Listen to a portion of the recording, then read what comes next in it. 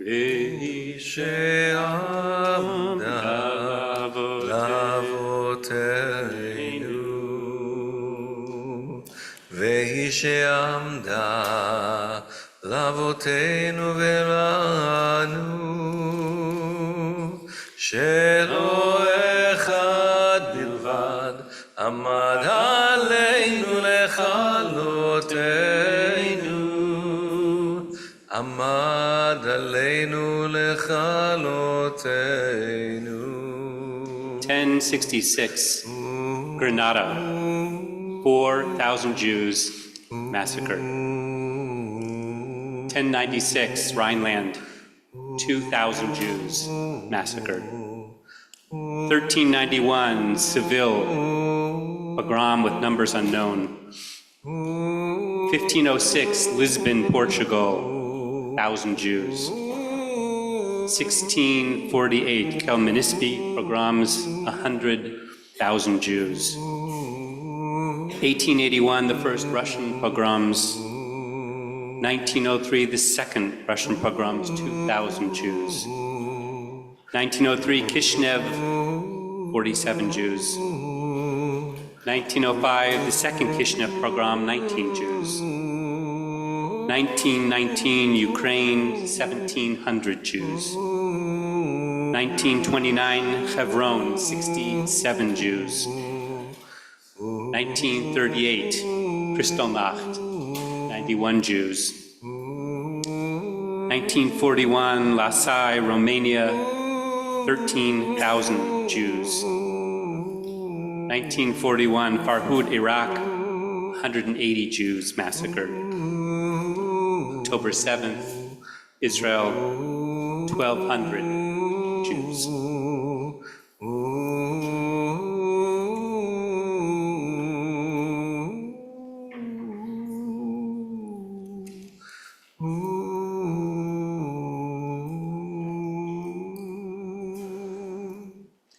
If there's one reading in the Haggadah this year that calls out to us, it's this one, Vehi Sheamda, that Cantor Tisser has been chanting.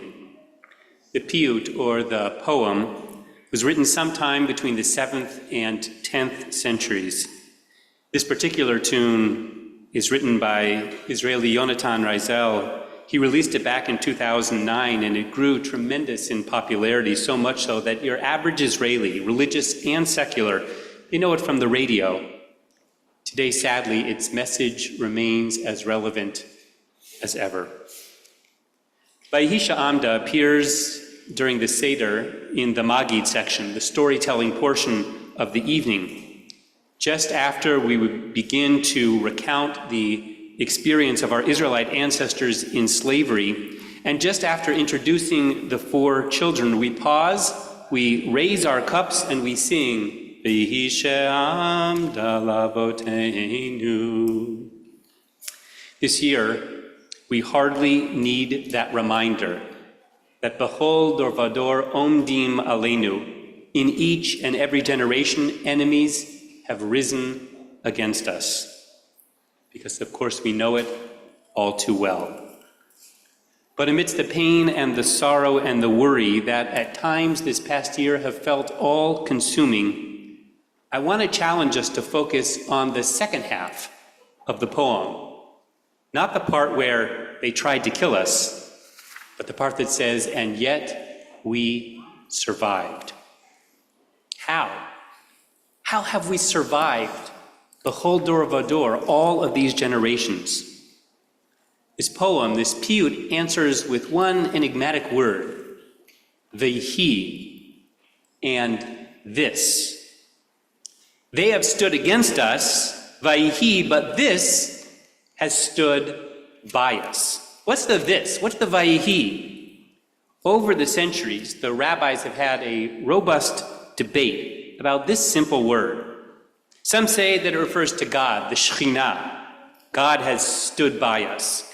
Others say, no, it's actually a reference to the Torah, that our commitment to learning and living a Jewish life, that has guarded us as a people. And they point out the spelling of Vayihi, Vav, for 6, the 6 books of the Mishnah, Yud, 10 for the 10 Commandments, Hey, 5 for the 5 books of Torah, and Aleph, because there is one God. Still others point out that Vayihi is feminine. She stood by us. So perhaps the message is that from the matriarchs to Miriam to Golda Meir, it is women who have ensured the survival of the Jewish people.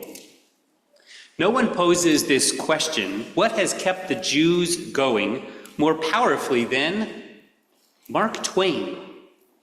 In 1899, Twain published an essay in Harper's Magazine called Concerning the Jews. Living in Austria since 1896, Twain had written about the Jews being used as scapegoats by the Habsburg Empire. His writing piqued the interest of a Jewish-American lawyer who reached out and asked him, what can we do to respond to rising anti-Semitism? You can read the whole essay online, but this morning, there's just one passage that particularly hits home.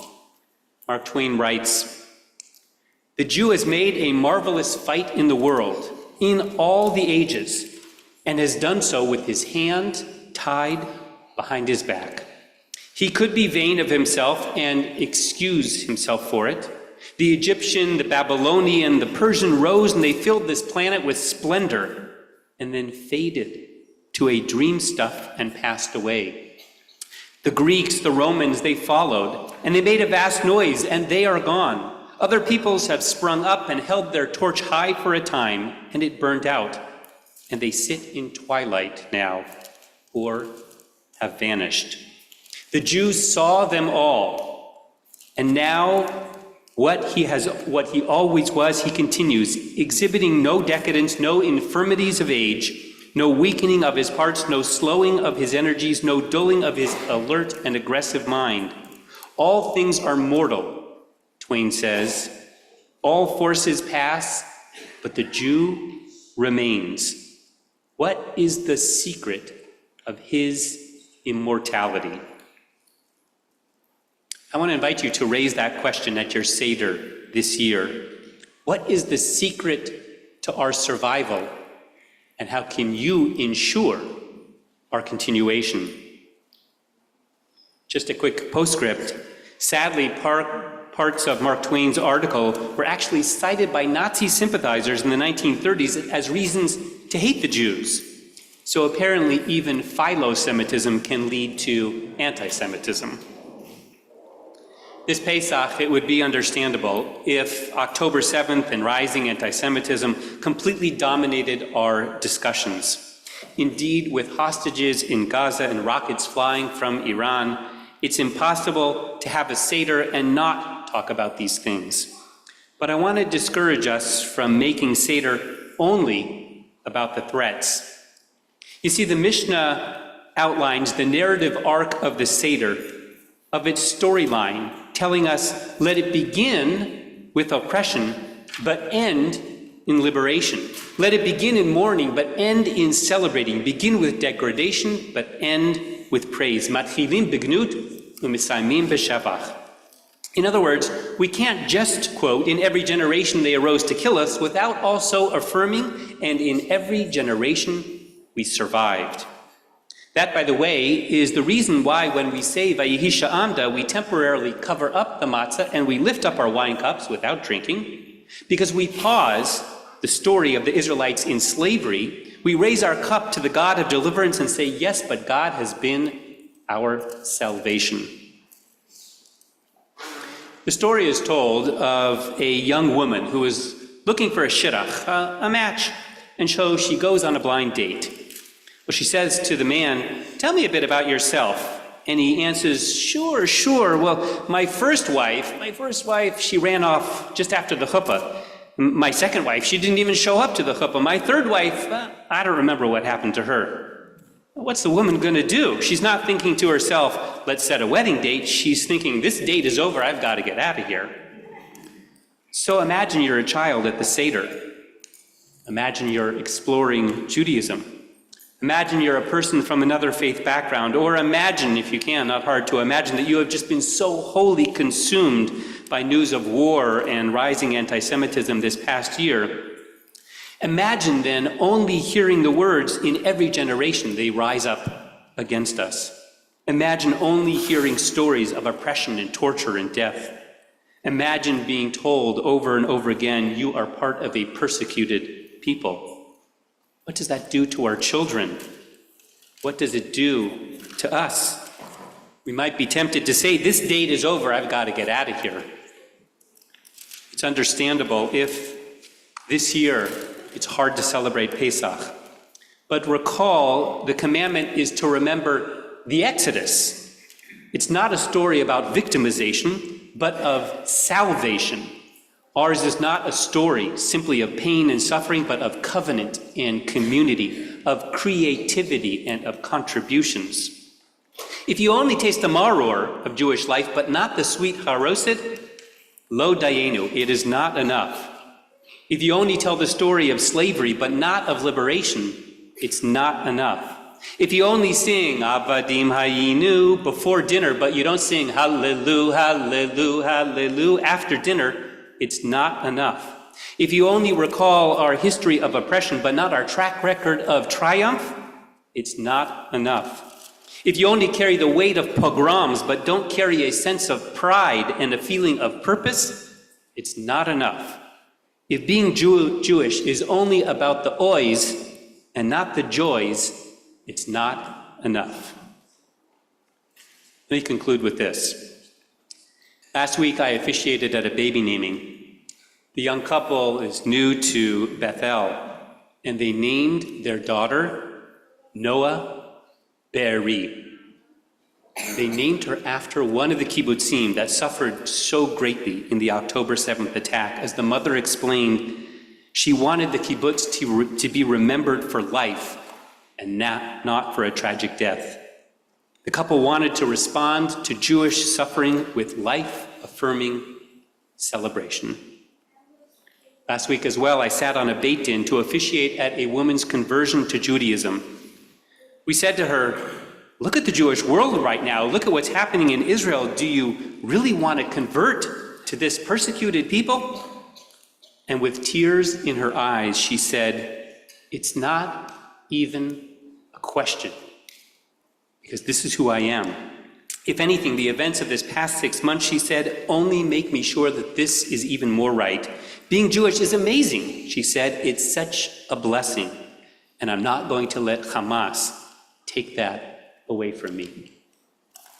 In these two vignettes, we see the quintessential response to October 7th, and the beginning of an answer to that question, what is the secret to our immortality?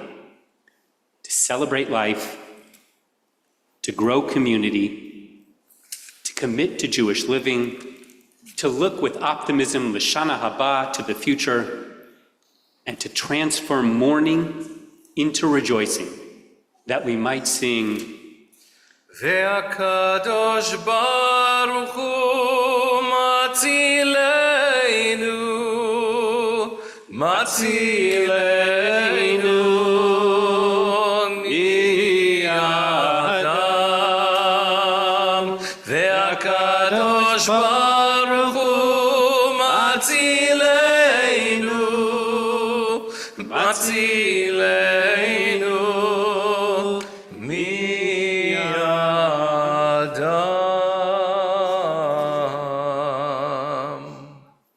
Shabbat Shalom. Shabbat Shalom. Turn back in our Sidurim, Amud 155, page 155.